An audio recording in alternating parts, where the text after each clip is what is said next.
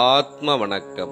ஆத்மபிதா சுவாமி சிவானந்த பரமஹம்சர் அவர்கள் அருளிய பிரம்ம ஜோதிரகம் மற்றும் பிரம்ம சத் ஜெகத்மித்யா எனில் இந்த 4 வாக்கியங்களை பிரம்மோபதேசமாக தியானிப்பதற்கு சொல்லப்பட்டிருப்பதல்ல.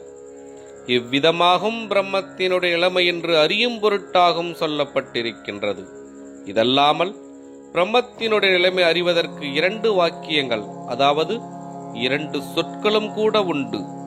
அதில் ஒன்று பிரம்ம ஜோதிரகம் என்பதாகும். அதாவது பிரம்மம் கூட்டல் ஜோதிஸ் கூட்டல் அகம், அதாவது தான் தானே பிரம்ம ஜோதிஸ் என்று பொருளாகிறது. அந்த பிரம்ம ஜோதிஸ் அகாரமான வெளியினுள்ளில் ஹம் என்ற பிரகிருதியாகி பின்னமாய், அதாவது வேறாய் பிரகாசித்துக் கொண்டிருக்கிறது. அந்த பிரகாசம் பின்னப்படாமல் ஒரே பிரகாசமாகி ஆதி அந்த விகினமாய், அதாவது அடிமுடியற்றதாய் தன்னில் அடங்குகிற நிலைமையாகும் பிரம்ம ஜோதிரகம். அப்பொழுது பிரம்ம ஜோதிரகம் என்கிற தியானமோ தியானிப்பதற்கு மற்றொன்றோ இல்லை. 6வது வாக்கியம் பிரம்ம சத் ஜெகத் மித்யா என்றாகும்.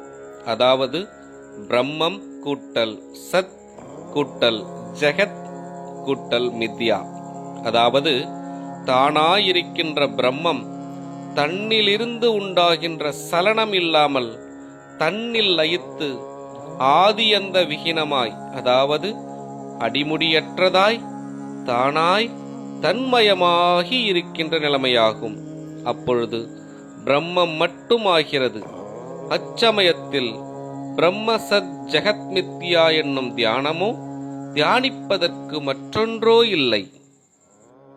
இதல்லாமல் நானாவிதத்தில் உள்ள மந்திரங்களை கொண்டும் மும்மூர்த்திகள் என்று சங்கல்பித்து தியானிக்கிறது கொண்டும் பலவிதத்தில் உள்ள விரதாதிகள் அனுஷ்டித்து பட்டினி இருந்து நோய்வாய்ப்படுவது கொண்டும் பல ஜீவ வதைகள் செய்து யாகம் ஓமங்கள் என்று சொல்லி ஒவ்வொன்று செய்வது கொண்டும் சக்தி பூஜை என்று சொல்லி பூஜை செய்து கல் சாராயம் பிணம் முதலியவற்றை தின்றும் தலை சுற்றி நினைவு தடுமாறி விழுந்து பல் உதடு முதலியவற்றை காயப்படுத்திக் கொள்வது கொண்டும் காசி ராமேஸ்வரம் முதலிய இடங்களுக்காகும் என்று நினைத்து ஒவ்வொரு இடங்களில் சுற்றி திரிந்து நடந்து அலைந்து நோயுற்று அவதிப்பட்டு புத்தி முட்டி, அதாவது துன்புற்று கங்கா ஸ்நானம் என்றும்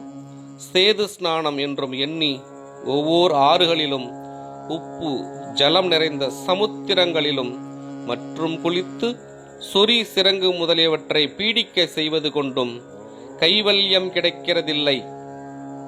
இவ்விதம் செய்வதால் தன்னுடைய ஜீவசக்தி அதோகதியாகி நசித்து போவதல்லாமல் தன்மயமாய் தீருவதில்லை.